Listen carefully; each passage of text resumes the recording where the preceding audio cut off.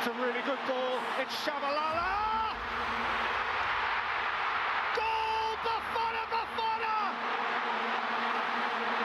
Goal for South Africa! Goal for all Africa! And we're live, Tate. Hello, and welcome to our first episode of our new podcast entitled How's Your Touch?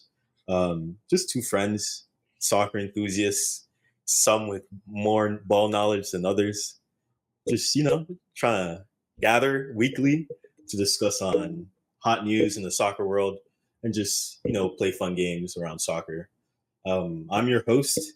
I go by Darren Baidu. Also known as the Oracle, the football Oracle, because I see things other people don't see. And my co-host is Tate Alonzo. You can introduce yourself, Tate. I mean, you got the introduction spot on there. I don't know about that.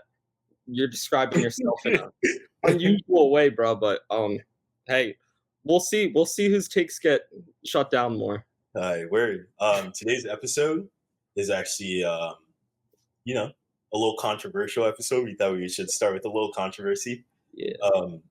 It's a stand your ground episode. You make a statement, as wild as it is, and you elaborate a little bit on the statement, and then I can rebuttal if I agree, disagree. Then we move on to the next point. Sound good to you? Yeah, I have a feeling we're not going to agree on too many of these, but hey, that's the way we gotta do it. We should preface by saying I'm an Arsenal fan. Oh yeah, is a United fan. So yeah, you've had some beef over the years. Well, not recently. I mean, United has been hard to say the least. But yeah, well, Oracle saw this coming. Yeah. He also saw it come in top two. The Oracle saw this coming. But for those of you that just want to know how overly confident Darren is, I think 3 or 4 years ago, bro bets me, he's like, Arsenal are going to win the league in the next 3 years. And if they don't, your firstborn child is mine. So I'm taking name suggestions for Darren's firstborn child. It's okay. I'm trying to win my child back. I'm trying to win my child back. Don't worry. We'll discuss later this year. I'll throw a crazier bet out there later this year. We'll see. But yeah, let's get into it. Tate, do you want to go first? I'll start us off. So my first take. So I'm gonna say the take. I'm gonna do a little bit of a description of why I think it's true. So my first one, I'd say this guy that I'm making the take about is probably my favorite player right now. That's not on Manchester United. So I believe that Michael Olise is a better footballer than Cole Palmer. So I just think, Cole Palmer, he's a beast, obviously. Everyone knows this man's different. But I think Michael Olise is just something about the way he plays. It just makes me feel a different type of way.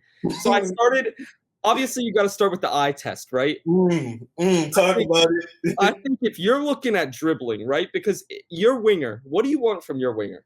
I don't want no pass and move, Pep Guardiola style. I don't want none of that, right? That's why he's out of my club. I want you and me, winger and defender, 1v1. If I got a 1v1 opportunity, do I want Cole Palmer? No, you don't. I want Michael Olise. Talk about it. We've all seen that video where Michael Olise Megs Casemiro. They sent him to the retirement home, bro. He sat down in his retirement home. Olise takes down the whole United team and then slots a goal home. I mean, he's doing this week in, week out. Right after his hamstring injury, plays against Luton, scores in the last minute, taking down his outside back. I just think that type of play, I mean, to me, I just find it more attractive and a better style of footballer. I think Olise and Palmer's pace-wise, you can't compare it. I think a winger, I think pace is very important. Finishing, I definitely think Cole Palmer takes that. But if you look at the quality of finishes you see from Michael Olise, some of these finishes are crazy. I agree. Crazy. And then, just look at Chelsea versus where Michael Olise was at Crystal Palace. I mean, Chelsea is built around, it's Cole Palmer Football Club. Let's be honest. Chelsea is built around Cole Palmer. Michael Olise had, he's playing for a smaller club first off, but also I wouldn't say that the club was built around Michael Olise. I think Eze's their star boy. I think Olise was also a star boy, but I think those Crystal Palace fans, and maybe I'm wrong, but I think they like that Eze. And let me throw in an American reference here. I disagree. I think they're like the Celtics last year. I think between Jaylen Brown and Jason Tatum, either of them could have been option one at any given time. I think they were equally as important to.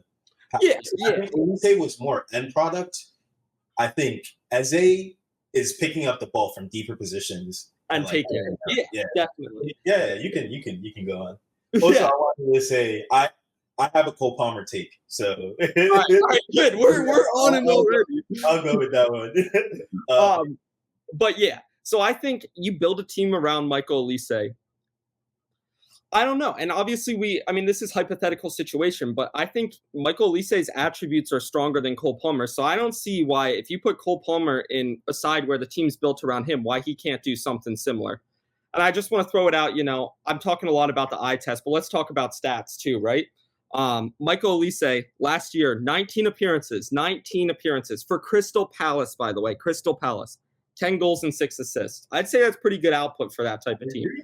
Palmer, I'm going to read his stats. They sound like video game stats, but like me playing against Darren in FIFA, this is what it sounds like. So he's got 34 games, 22 goals and 11 assists, which is crazy. But the GA is pretty similar per game. And not only that, the ultimate high take I can give about Michael Olise is he made Jean-Philippe Mateta look like a good striker. So I think, that type of talent can't be taught, can't be coached. So that's my first hot take. I think you were talking about Thierry Henry when you were referring to. Yeah, you're right. No, I fully agree with your take. I think when you talk about dribbling, especially that's one of the standout attributes for me. I think a lot of people see Palmer beat a man, but I think it's usually like a turn rather than like 1v1. I'm gonna kill this man. I think Palmer. I think he's definitely more decisive than Jadon Sancho. Like Sancho is just like foreplay, bro. No penetration, just foreplay, jab step. You know what I'm talking about, bro. Like just jab step. Like he always looks like he's gonna be his man, but never actually does. He doesn't. Yeah. And I think Palmer's better than Sancho at that. But I think Palmer also has some deficiencies that people don't want to speak about. But exactly. But let me go to my Palmer take actually. All right, let's hear it. My Cole Palmer take is Cole Palmer is more cut from the same cloth as a Bruno Fernandes than he is a Kevin De Bruyne. Now, let me elaborate. Cole Palmer is an output machine. So is Bruno, so is KDB. However, as I've seen in these last couple games, when KDB can affect games from literally anywhere. Like KDB can pick the ball up from his center back and just be like, wrong goal. Perfect wrong goal. You don't even need to do much. Like your first touch can be your finish. Like that's the kind of player KDB is. Bruno, you already know how I feel about Bruno, bro. Like Bruno for me is another basketball reference. I know. Awful American guy. Bruno for me is like a Carmelo Anthony. Volume shooter. Bruno will continue to play a decisive pass. And he might end the game with an assist, but he tried. 8 long balls to Rashford, 9 long balls to Rashford. And one comes off. But I think Palmer, first and foremost, is more efficient than Bruno. Let me clear this up by saying I think Palmer is a better player than Bruno. I agree. However, Palmer is also very much more focused on the final ball, the final shot, than, let me affect the game. Let me pick up this pocket of space here so my finger can get open, like a De Bruyne would. I know if I stand right here, I can open up space for my striker and then make a run off of them.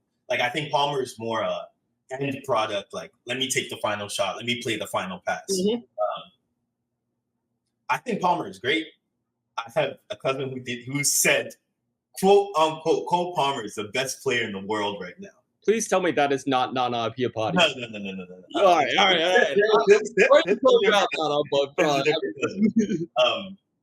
But yeah, I signed him up for rehab because I don't know what he's smoking on. Vinicius just doesn't exist. Bro, don't let me even. I was like, bro, like Rodri, Vinny, Salah in that same game showed you he's better than Palmer. Facts, yeah. Like, yeah, that's my take. I think Cole Palmer, like a lot of English players, are misprofiled. Like, I think Palmer is a 10. Like, I don't think he's a winger. I don't think he has the explosiveness of a winger. I don't think he has the bag of a winger. No chance. But Palmer is very intelligent with his first touch. Like, his first touch is always exceptional. He almost always beats the man if he's pressing with his first touch. Shooting, like, left foot, amazing. Never shoots with his right foot, which is another problem with me. He's very one-footed. And a lot of people will be like, yeah, left-footed players, you know. Anthony vibes, bro. It's Anthony vibes. I'm not saying all of that, bro. I'm not saying all of that. But I think, yeah, Cole Palmer is more of a Bruno Fernandes, has to affect the game in specific places. Yeah. Rather than the Kevin De Bruyne who can literally pick up the ball anywhere and be like, game on. Yeah. And I think this kind of goes off. I mean, I agree again with your take. I think this kind of goes off similar to what I'm saying about how the team's built around Cole Palmer. Yeah. I think there's so much that's, I don't think the team's built around Kevin De Bruyne. I think Kevin De Bruyne is so good that, he can pop out in any system. I think he can pop out in any specific position, like you're saying, and create chances, create that game. He can pick it up from deep. He can score. He can assist. And not that Cole Palmer can't do that, but I think it's very specific with how Chelsea get the ball to Cole Palmer. It's very specific with how they play so that Cole Palmer and gets the positions they get Cole Palmer. Exactly. And you're not seeing Cole Palmer get it from behind half and drive the ball all the way. He doesn't have that ball driving skill, but Kevin De Bruyne can do that. And just to respond on the Bruno, I mean, this season I've been like wanting to gouge my eyes out watching Bruno Fernandes play football. I mean, it is. And this is exactly how I feel about Bruno. He can't deliver that, line breaking run. He can't carry the ball. And I think in the Premier League and how physical it is, unless you're playing solely a 10 when you have 2 6s sitting deep near you, which Chelsea does. Yeah. Chelsea do, I think that United doesn't have that. So Bruno has to have that ability to get the ball from behind and take the ball forward. He can't do that. He takes stupid shots all the time and takes passes all the time too. And you watch Cole Palmer and you see, not to the extent that he's doing it, but you see similar things, right? Cole Palmer is an output machine, like you're saying, but he's also taking crazy shots. I was watching the Liverpool game yesterday, or 2 days ago, sorry. And I mean, he's taken shots from outside the box when he's got, Nicholas Jackson open or someone like that. So I think I like the take. I agree. Definitely think he's a cam too. So that was good. I agree. All right. My next take. Are you ready? Yeah, let me hear it. It's an Arsenal take. Don't worry, I have a United take in here. It's a good. I think mine's a good Arsenal take. Bro, right? Let me hear it. So for me, and I'm going to preface this take by saying, right now, I don't think Arsenal has what it takes to win the league.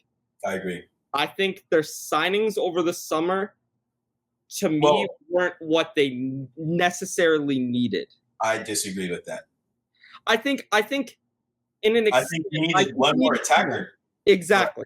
I think a left back was necessary because Zinchenko, Fiore was my number one right winger we had. Zinchenko was getting stripped. yeah, he was. He was catching. Kivior is your only other left back. That's what I'm saying, bro. And Kivior, we saw this last week. Yeah, we just saw it. If Zinchenko wasn't getting cash thrown in between his cheeks while he's stripping, Kivior is like, yo, let me come in and do the same. Like, but that's why we went in for Caliafori. I think Arteta was aware that Timber coming back from being injured, for a whole year, you can't depend on a player like that. Tomiyasu is injury prone. But I think a fully fit Arsenal, I think we got it. But you can continue with your team. All right. So for me, I think you hit on the point that I'm saying. I think the right side is locked down. I mean, I think some depth helps, but I think the right side, you have what you need. I think Bukayo Saka, and I'm sure we'll talk about this on the pod a lot, but I'm a firm believer that Bukayo Saka is a top, maybe the best right winger in the world. The only one that I think compares to him is Michael Olise, but it's also because I love him. But I still think Bukayo is the number one right winger in the world. So I'm looking on that left hand side. Consistency, I agree. I think when every right winger is on their A game, I disagree. Mo Salah. I can't. I would say a Salah. Like, I think even an Olise, like a 10-10 Olise performance, is better on the eye than the 10-10. Agreed. Saka's not as easy on the eye. But I think Saka, you're getting that 7. You're getting that 7. Every game. Like, the base is Put him at left wing back, he gives you that 7. Put him at center back, he's probably giving you that 7. I don't know about that. Yeah, maybe not, but you know what I mean. This man can go anywhere. He's got the Nigerian strength, so you never know, bro. That's that pounded yam. He's got the pace, bro. What you know about that ball playing, that's what we need right now. We got 5'3" Licha Martinez at center back. All right, so I'm looking at that left wing side. To me, Arsenal win the league if they get this player tomorrow, and I think it's Rafinha from Barcelona. Now I know you're thinking, out of all the players you could have chose, Rafinha from Barcelona. I rated him in Leeds highly. I think this is where I'm going to go. I'm going to start with where he's at right now. Barcelona. I don't know if people are watching Barcelona. I'm not going to sit out here and say I watch every La Liga game. But I'll catch some of the highlights. I'll catch a game or two of Barcelona. Rafinha this season has been unreal. 12 games, 6 goals, 8 assists. At Cam. Stat man. Not even his starting position. His best position is on the left or on the right. Cam. He's captaining Barcelona. And he's been there 2 years. That's crazy. Not only that, I think you look at Arsenal's left-hand side and you look at Arsenal's right-hand side. Bukayo Saka can take his defender down the sideline, or he can take him inside. He can play a quick pass. He can run past his defender. He can keep possession. He can, take on his defender. He can curl a shot. He can take a shot on his weak foot. I look on that left-hand side, and we've talked a little bit about Martinelli. I don't know your entire view on Martinelli, especially recently, because I think it's changed probably recently. Yeah. But I think Gabriel Martinelli is maybe one of the most one-dimensional players ever. He gives me a lot of vibes of when Marcus Rashford is off form, he gives me a similar vibe. I think he's a type of player where the ball's down at his feet, he looks down and he takes the defender straight. He takes him down line, and there's always a time and a place for that. I'm not saying it's not valuable. I'm not saying Martinelli's not a good player, but you need that two-dimensional aspect. You need someone that can go both directions. You need someone that's quick, and I think Rafinha's quick. You need someone that can contribute with goals and assists. And this is one of my main issues with Gabriel Martinelli. He just had a 15-game run of no GAs. And now he scored 2 and assisted 1, and it's like, oh, he's back. Let's calm down. All right? I agree. I think, I can read off more stats because I wanted to do my research. I agree with your take, but personally, I think we have an internal solution at Arsenal. But I know you're gonna say Ethan Nwaneri, aren't you? No, I think Gabby Jesus should be playing left wing, bro. I think when you talk about beating your man, a fullback being scared to take, Gabby Jesus got those samba feet, bro. Let's not pretend. He's Brazilian, bro. He's not Martinelli. He's Brazilian. He is Brazilian. I think issue with Gabby Jesus though is output. And this he can beat his man, and then what? My issue with Martinelli is he's beating his man outside usually, and so always he's taking that driven shot across goal, or he's chip shot to the back post. Yep. Gabriel Jesus will come inside, but it's bro, before he can do everything perfectly right before goal, bro. It's that final strike of the ball, he panics, is erratic. But do you really want to put for me, this is what bothers me about.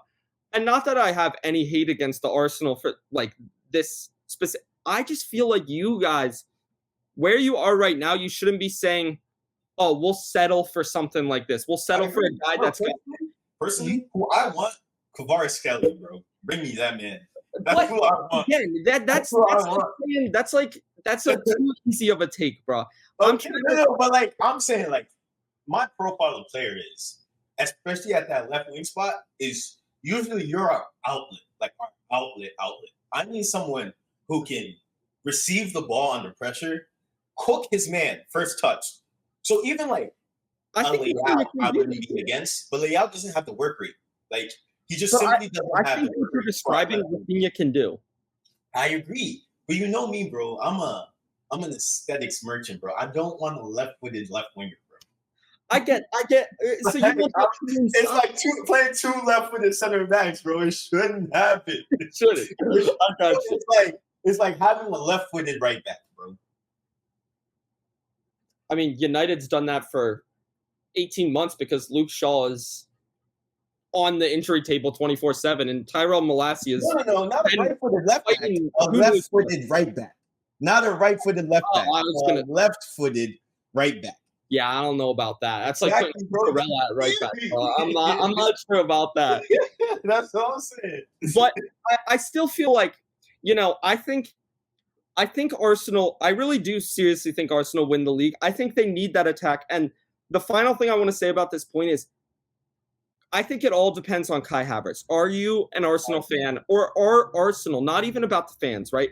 Is Arsenal sold on Kai Havertz? Because I am. Personally, for me, I am too. I think Kai Havertz. Well, I think Havertz. Hey, listen, let's because we need to touch on something so they know the kind of Arsenal fan I am, right? I was Arteta in after we lost to City, and Xhaka got that fake red card. I've been Arteta in. I've been. Oh my god, bro! If Mikel Arteta super fans had a face, it would be this right here, bro. It would be this right here, bro. I was calling Emil Smith, bro.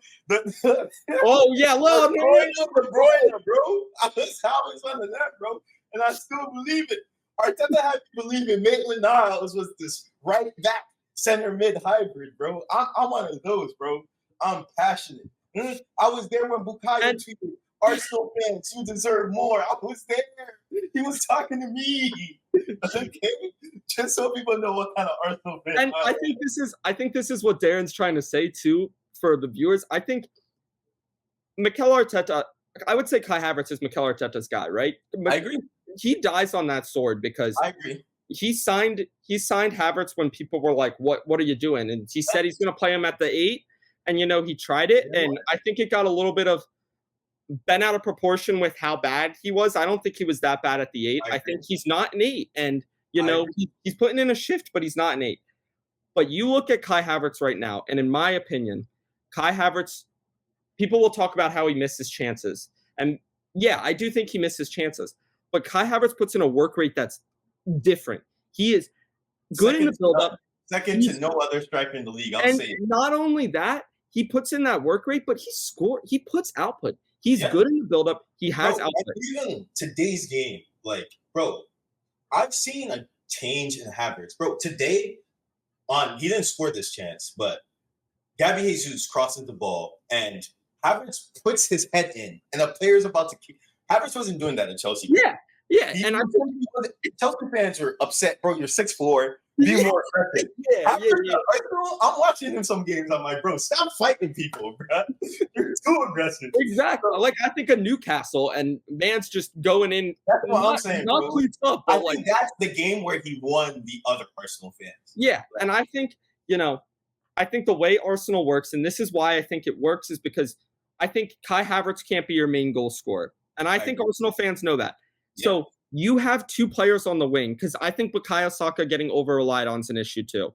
I think you need someone on the other side, and you keep Havertz at 9. If you got two goal scorers on the outside, or two producers, they don't even need to score. Two producers on the outside. I have another internal solution for you.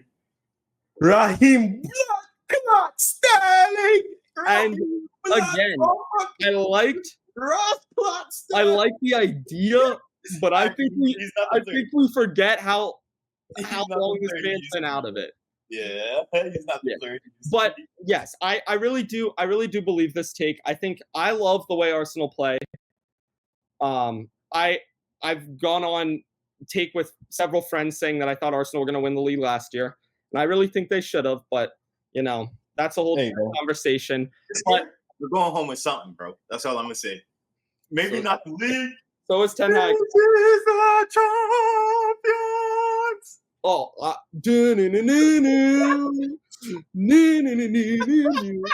Europa League. All right, let me do my second take then.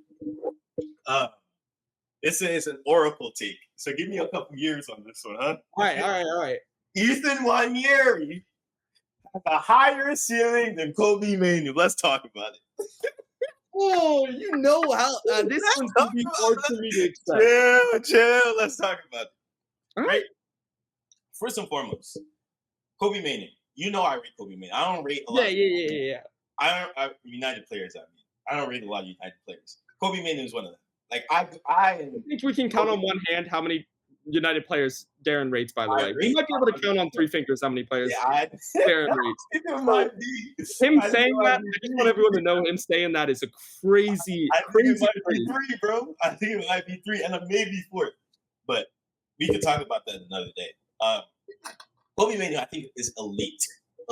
Like, I think technical ability, like, he's up there, bro. Like, up there.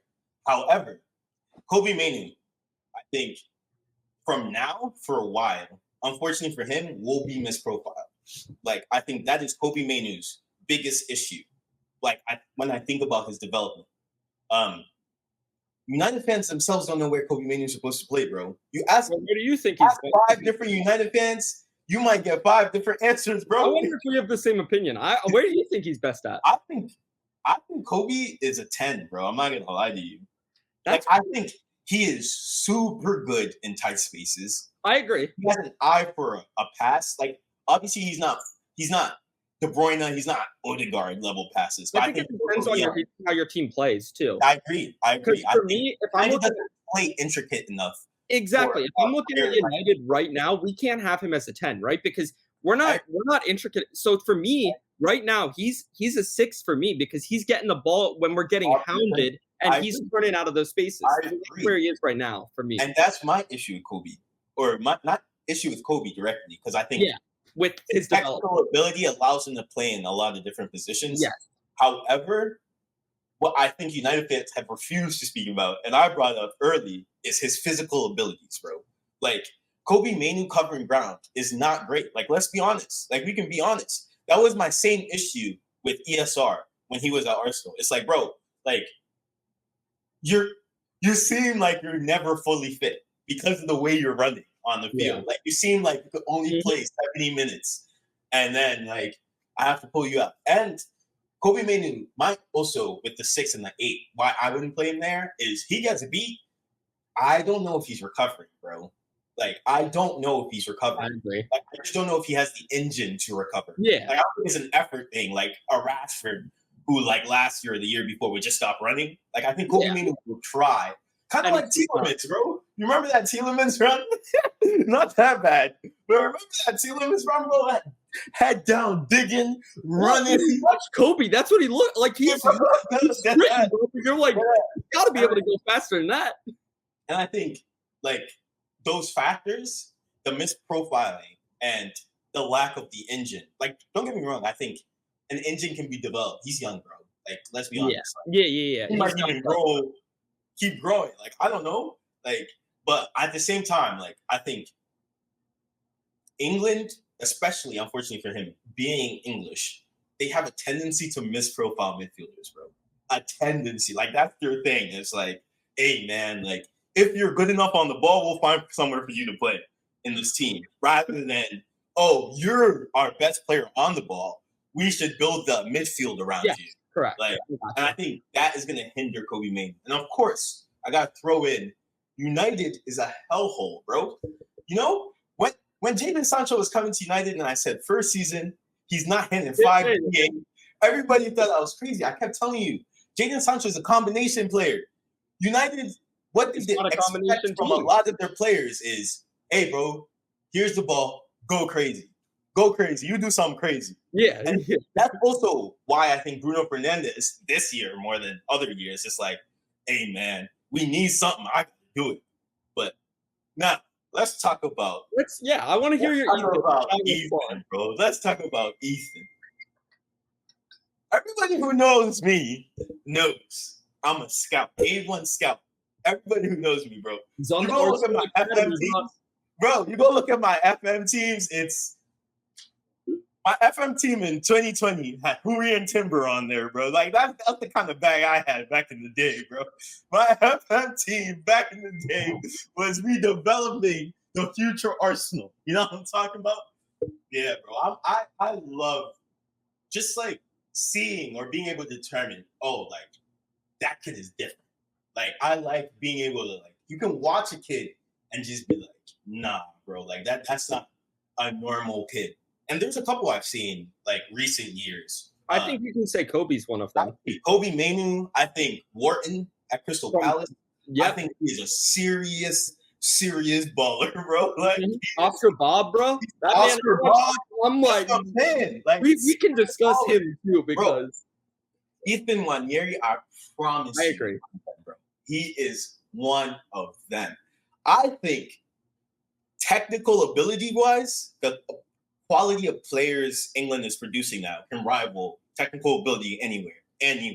Like, and I think Ethan Nwaneri, fortunately for him, he's coming through the academy of Arsene Wenger.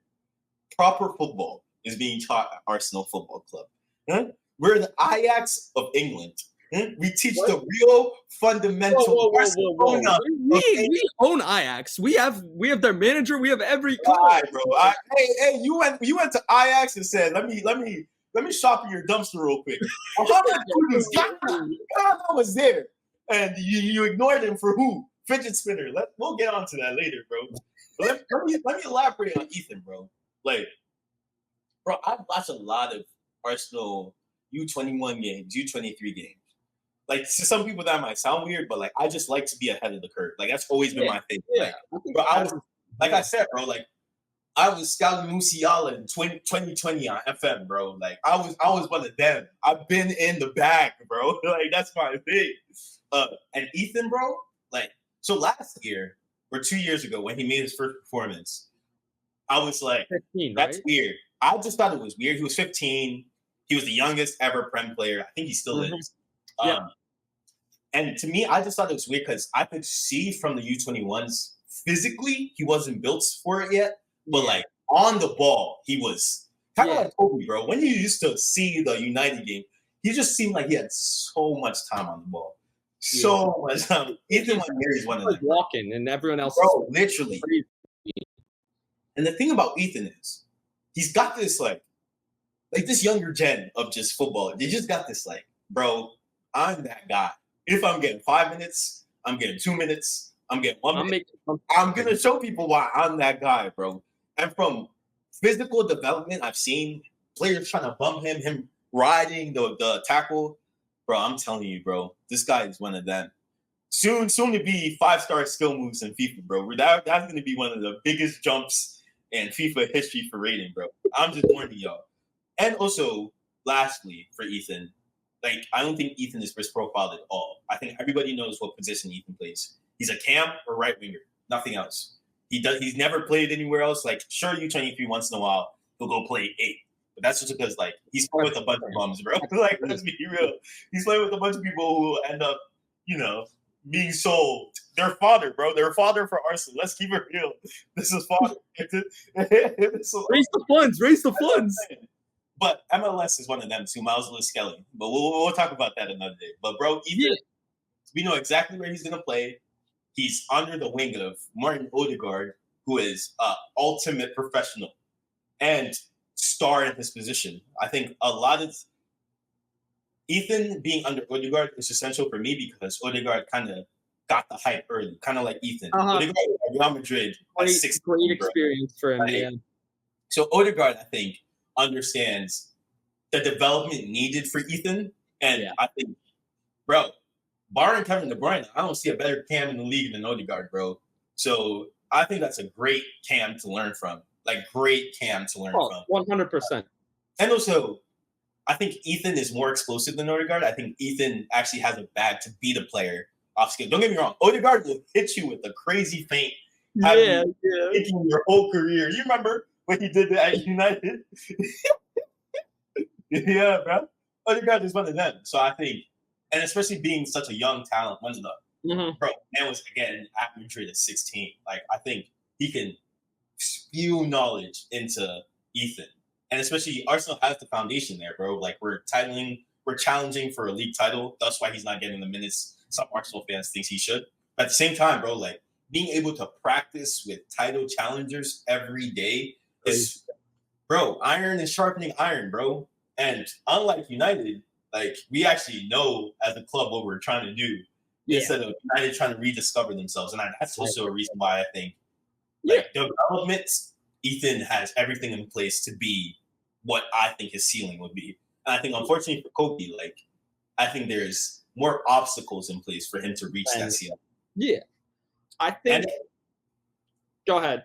No, I was going to say also Kobe's going to have to play every minute he's available. And I think Ethan, on the other hand, like, Arteta would rather play a Trossard in that position just to not put the over pressure on Ethan. I think, like we saw in the Southampton game, when it's 80th minute, it's 1-1 or whatever, 70th minute, 1-1. Like, we are tied in this game anyway. If you come on and we concede, we can't say, oh, because Ethan was on. Ethan, yeah. Like, but if you come on and we score, we can say, oh, because Ethan had an impact. And he did, bro. He had that crazy shot. He was showing those little bits. So I think, hey, man, don't sleep on Ethan. But like I said, I'm the oracle. Let this simmer for a year or two. And then we can revisit this. I can't hate the take. I think a lot of people, and no fault to their own, I think a lot of people won't know much about Ethan Nwaneri. I think it's hard for me to go against your take because I know I haven't seen him as much as you have. But to me, I think it's very hard to say at this point. It's a lot of unknown, right? Because Ethan hasn't even broken through. And we've seen Kobe break through. I agree. Now, I will be the first to talk about all of Kobe's potential areas for where he's going to struggle. And I think being at United, while I love the club and never want him to leave, and I will stand on that until he probably leaves for Barcelona or Real Madrid one day. Or Arsenal. I hope not, but I think Kobe is at a club that's going to be difficult for his development. I think it's almost impossible to mess Kobe up, but if one club in the entire world could mess Kobe up, it would be Manchester United. There you go. But I think he is so talented that it will not matter. I look at like Wolves last year, and you think about Wolves, right? We're up 3-0, I think. 3-0.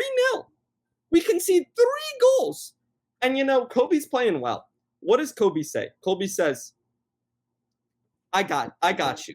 He says, he said, Ten Hag, Bobby, get on. Come on, buddy. He says, I got you.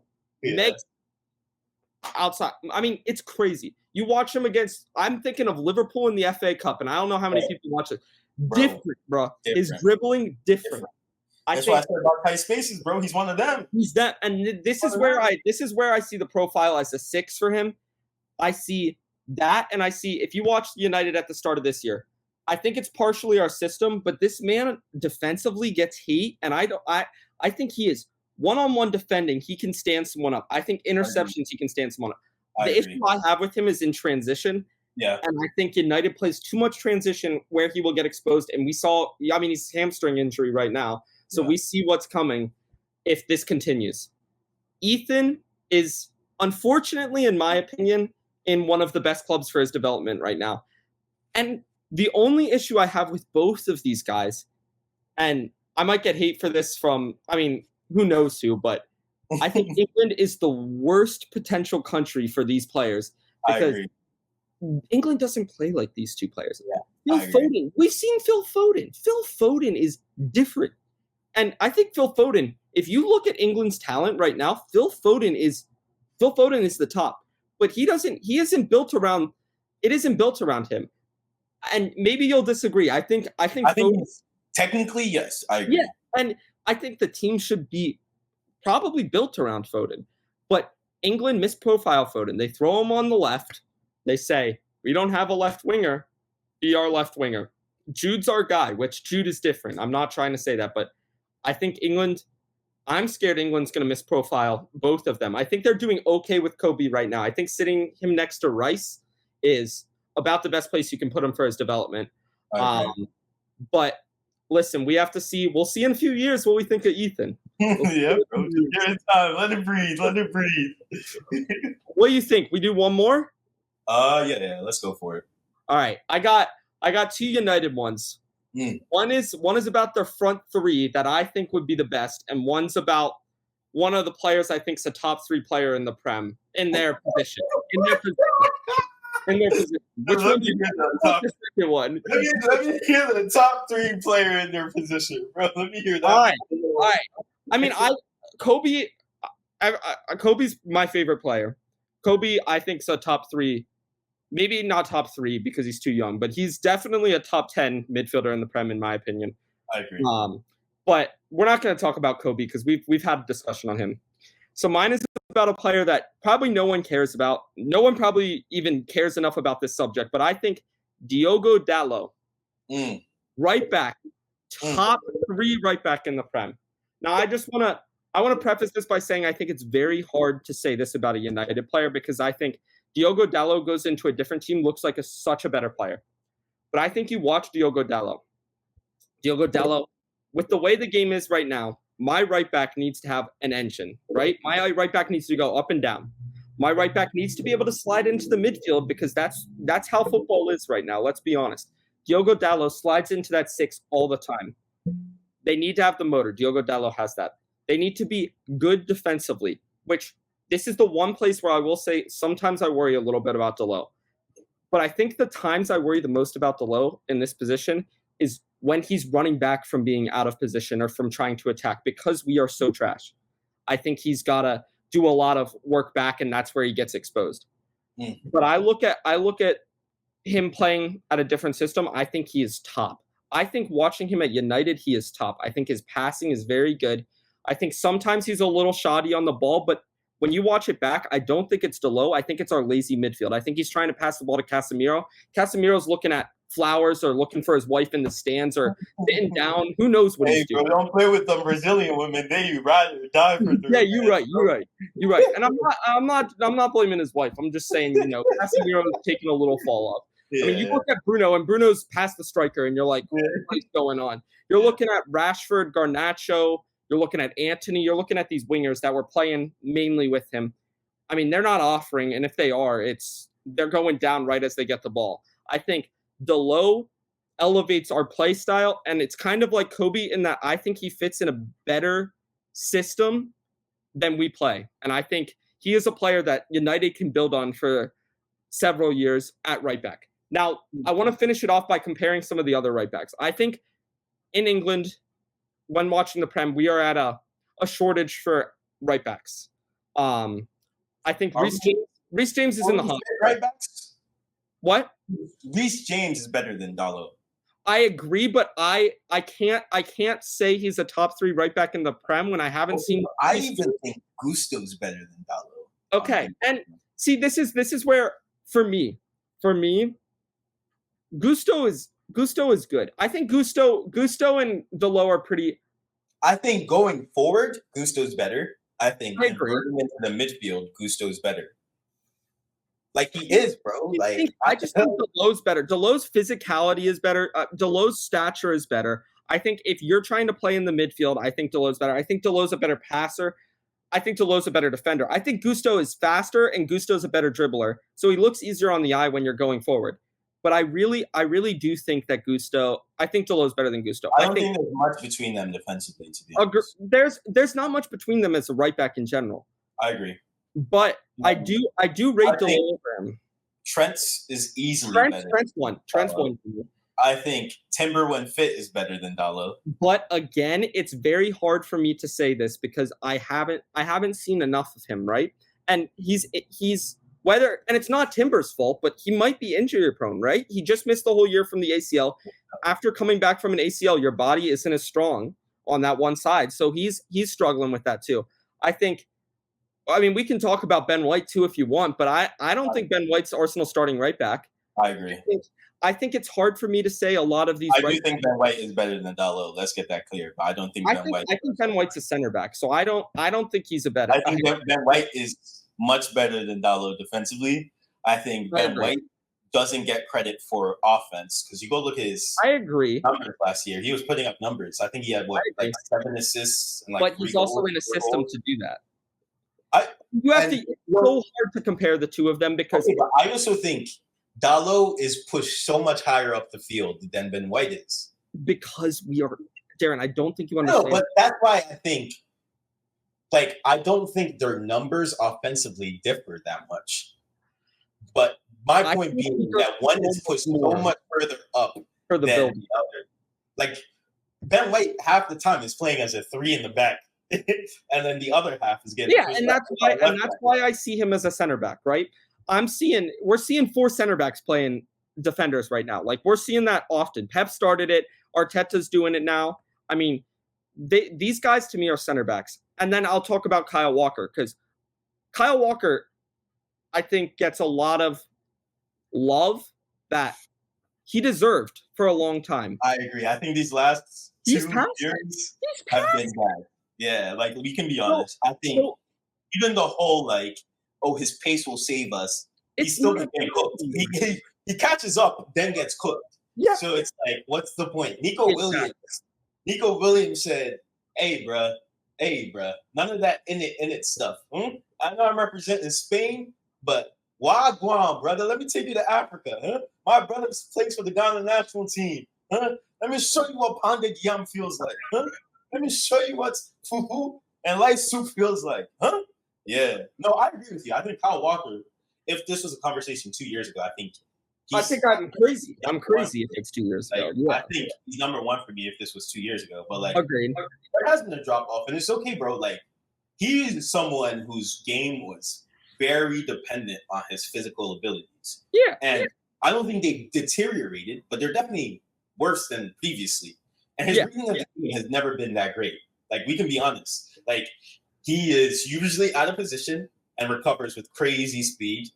And that's why Pep refuses playing center back anymore, because it's bro, you can recover, but it doesn't matter if they can just square it to our other center back because you let them play us in. So I don't think Dalot's far off the top 3. I think when all right backs are fits, though, I don't think he's top 3. That's my only point. I think now, and I think it's hard. For me, I can't say Luke Shaw's a top 3 left back in the league because he's never fit. So how would you say De Bruyne is a top midfielder in the league? But De Bruyne plays more than 1 game a season. De Bruyne was out half of last season. I don't think it's crazy for me to say that I think if I had to pick between Odegaard and De Bruyne for a season, I would choose Odegaard because I'm getting more games out of Odegaard.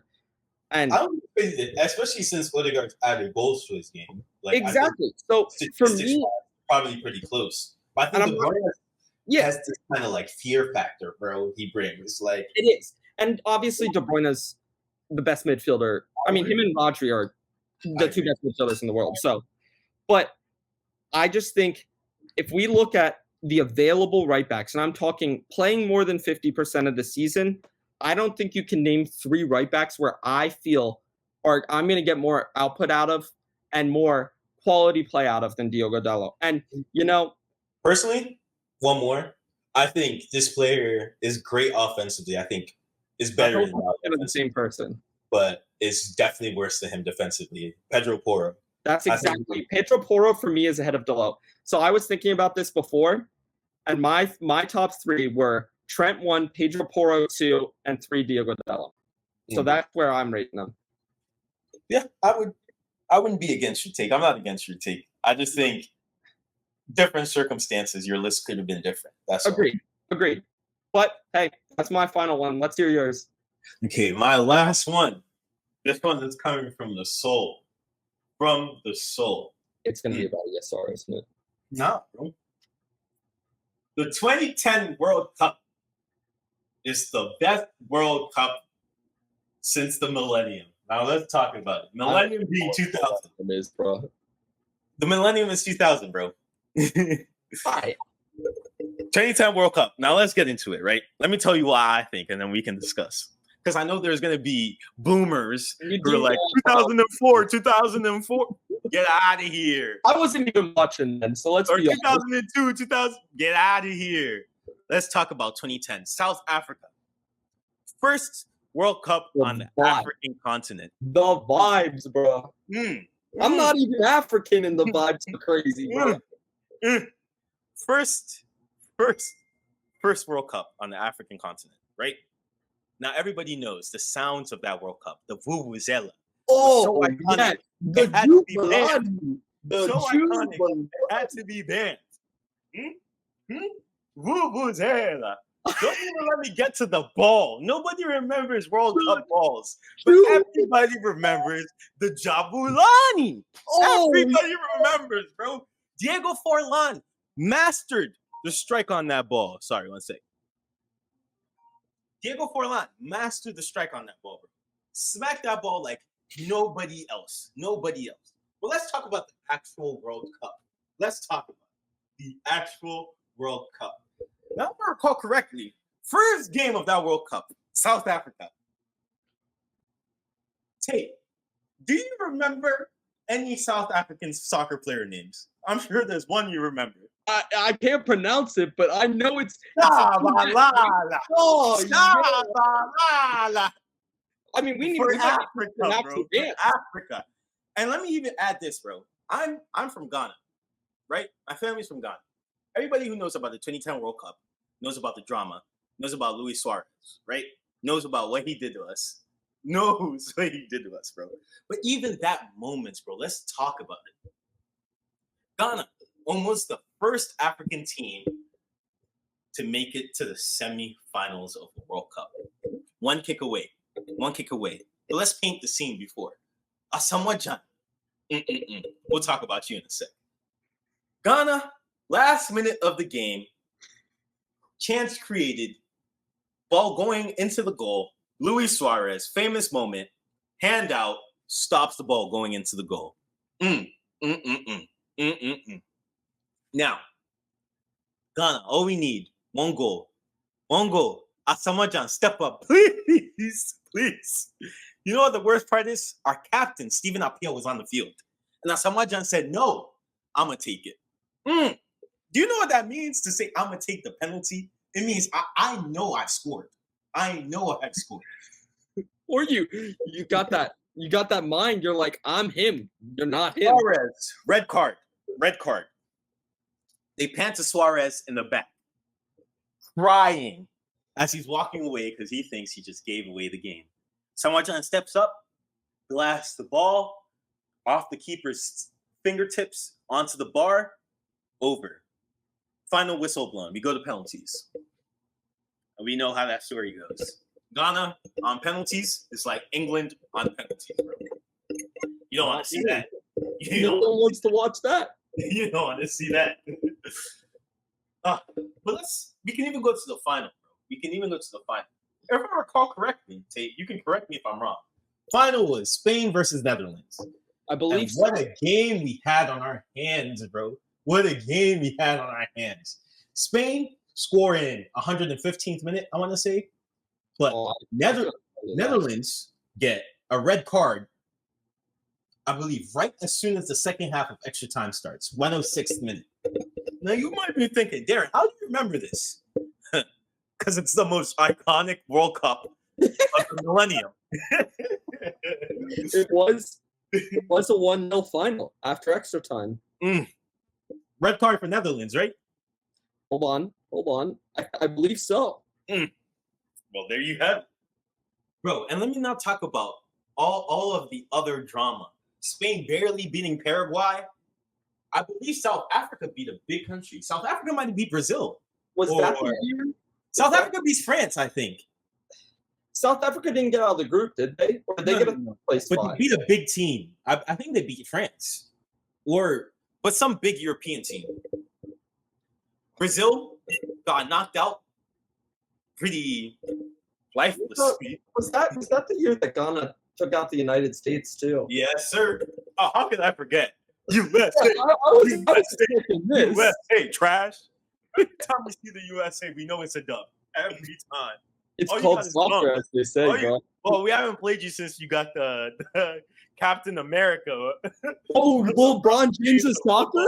Oh, don't even get me. The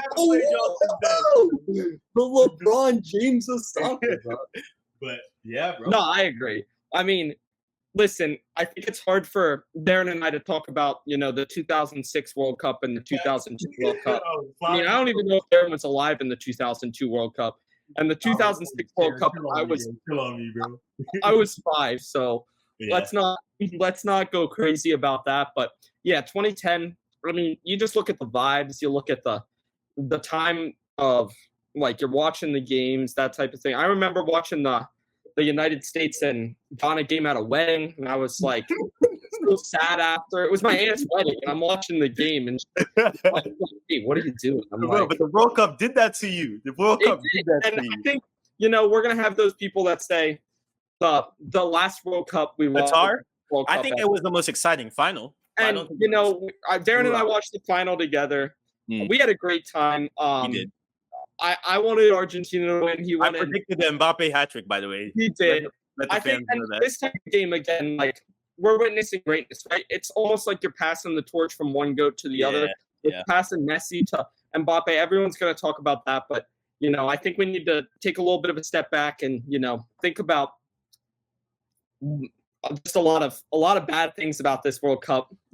Pre-World Cup, and then in the World Cup it was kind of group stages were knockouts were it was good. The final was crazy, but yeah, I agree. All right, that's it. What a great episode. I think we should end with our predictions for the upcoming Let's do it for the Prem. Okay, Tate, let's get into predictions for upcoming fixtures for the Premier League this weekend. Yeah, let's do it. All right, Rig. Well, I'm the Oracle, so I'm going to go first. The way this is going to work is we're just going to predict each game for the upcoming weekend and just keep track over the season. And we can come knows more ball. We can come up with a forfeit at the end for the non-ball knower. Yeah, so Darren, we'll figure out your punishment. Yeah. All right. First game, Leicester Forest. I'm gonna go at Leicester, right? Yeah, I'm gonna go Leicester 1, Forest 2. This game's got a draw written all over it. 1-1. 1-1. Tate says, "All right, Brentford, Ipswich, you go."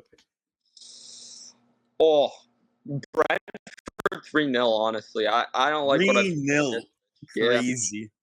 I think this game will have goals. I think Liam Delap is very exciting. I see a Liam Delap goal. I'm gonna go 3-1 Brentford.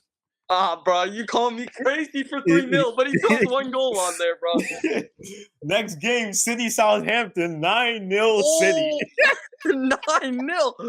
I'm a feel all. I'm going 4-1. Yeah, I was about to say, for some reason I feel like, City's been letting up a goal for some reason. I agree. I'm gonna go 3-1. I think it'll be. We could see Southampton score first, but no chance they're winning that game. Next game, Brighton Wolves. Who you got, Tate? This is a good game. This is a good game. Wolves have been. Sorry, any Wolves fans. I know we have one, Wolves fan that we're friends with. Sorry, Pete. Yeah, I know you're struggling right now, buddy. Brighton win this game. I like a goal for Wolves though. I'm going 2-1 Brighton. Danny Welbeck. Brighton.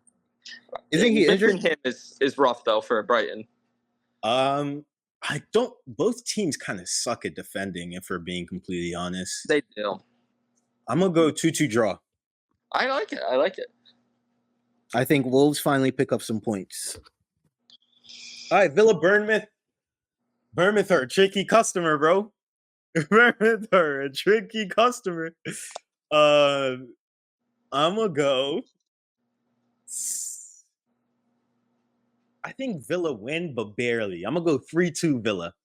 2-1 Villa. John Duran will score the winner. I'm calling that now. We all know. We're going to talk about him too on this podcast at some point because that man is crazy. And then Everton Fulham. Tate, who you got? Oh, this is a crap game to have a prediction for. I've liked what I've seen from Everton recently. I agree. I think Sean Dyche ball, it's starting to pick up. I'm going 1-0 Everton. I'm liking that and die from Where are you from? Marseille? Yeah. Sheffield? Yeah. Rising Ballers legend. If you know, you know. Yes, sir. Bro, I think Fulham has ballers, bro. They do. I'm They being do. honest. I think the Arsenal rejects are gonna turn up, bro. Reece Nelson. ESR. I'm going The Don. 3-1. I'm going 3-1 Fulham. I like it. We're getting some differences. I'm liking it. Yeah. Palace Spurs. That's you, right? Yeah. I don't know, bro. Tottenham are weird, bro. But so are Palace. I agree. I don't see Palace scoring, to be honest. Like Exactly. that's just Palace Spurs. I think this will be a draw, bro. 2-2. Oh, you made a bad choice. You just said you didn't think Palace were scoring, and you're going 2-2, Nah, bro. No. As they. All right. I'm going 2-0 Spurs. I don't like Palace this year. I think they lost their best player. We already talked about him though, but you know what I'm talking about. Yeah. Chelsea Newcastle, very good game, Tate. Who you got? Newcastle been struggling. Chelsea bounced back. I think we'll see a good performance from Cole Palmer. Yeah. I'm gonna go 3-1. 3-1. 3-1. 3-1. My thing is Newcastle have been struggling. And I think they are better when they're not expected to pop out and play. I think that's how they got the result against City. They were compact, and just counter. And I think that's what they're gonna do with Chelsea, bro. And I don't think Chelsea's defense at all, bro. No, I think there's gonna be goals. I think there's gonna be goals. Honestly, bro, I think Chelsea will win, to be honest. They will win. I will go 3. But you went 3-1. Go with it. I will go 4-2 Chelsea. No way. 6 goals, bro. The big game of the weekend. West Ham versus Manchester United. No kudus. Let me know what you got, Tate. Or is this me? I hate any Manchester United prediction whatsoever because I always am optimistic. I'm gonna be optimistic because I gotta start, as an optimist. We'll concede. But I think we'll get out the win. I think it'll be 2-1 again. I think it'll be a poor game to watch. I think we'll see. I don't know if Jared Bowen's healthy. This is relegation fodder, bro. It's El Saxico. I've been here. If that's the case, get Ten Hag out of there, bro. But I'm liking what I'm seeing from Rashford recently. I'm liking Rasmus. I think we'll get the win. You know how much I hate United, but I think you get the win too. Yeah. West Ham are just horrendous, bro. They are. Every time I watch them, it's Kudus or nothing. And he's not there, so I don't see what's happening, bro. I'm going to go 2-0 United. I hope so. Actually, I don't think you're keeping a clean sheet. Yeah, bro. 2-1's the right answer, but... You know what? 2-1 West Ham. Let's get it. The hater in me has spoken. Oh, bro. No. Who's Arsenal playing? I need some hate. The hater in me has spoken. All right, bro. Last game, biggest game of the weekend.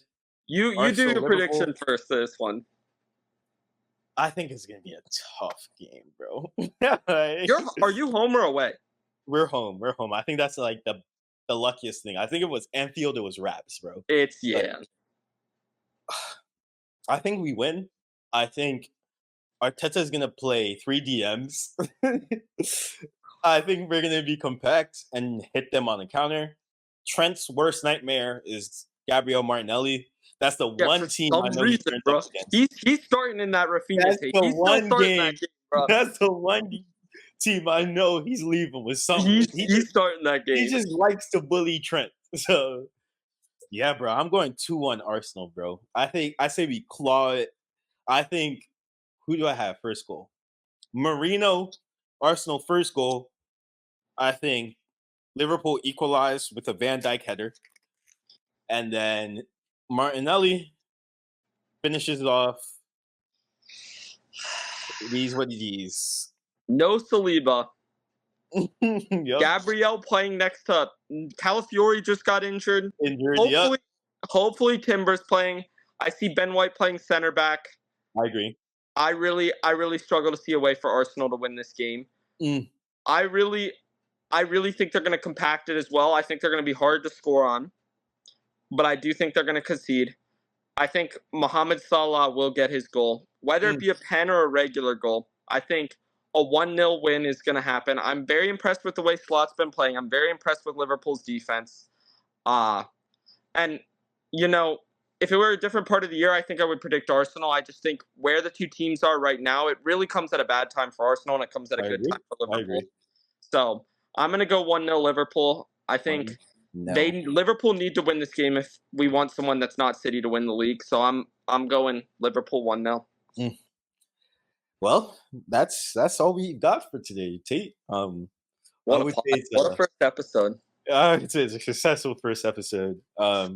Hopefully people don't hate us for our controversial opinions. I don't think they were that controversial to be. No, I think we kept it light.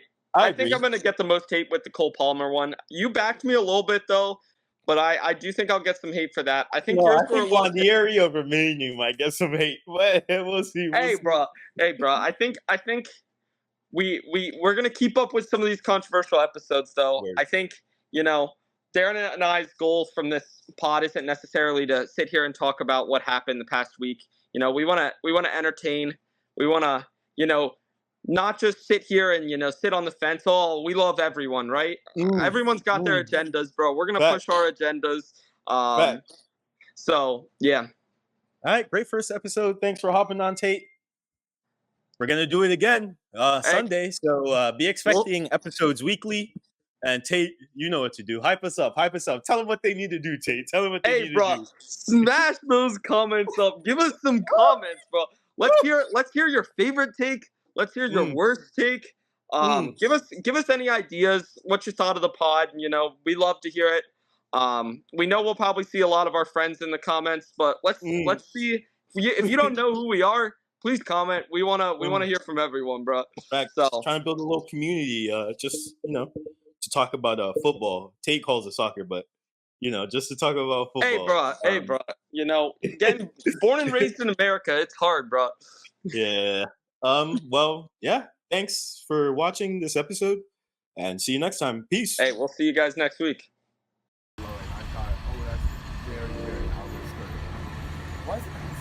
Tate, I wouldn't be wanting to spend this moment with anybody else but you. Take my hand. Take my hand.